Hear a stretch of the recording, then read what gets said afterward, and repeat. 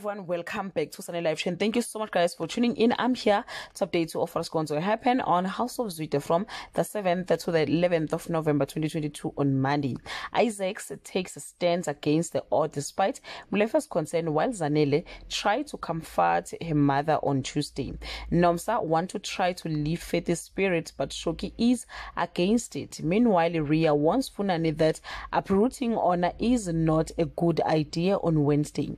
Faith continues to struggle with her traumatic youth, while Honor tells the Mulapos about Funani's idea that could tear them apart on Thursday. Ria shows up at the Zwide house to confront Funani, but he stands his ground. Meanwhile, Faith makes a dramatic change to her appearance on Friday. Honor finds herself caught between the Zwides and the Mulapos, while Faith decides to return to her old self. Guys, this is all I have for today. You can leave your comment below and share your opinion. Bye.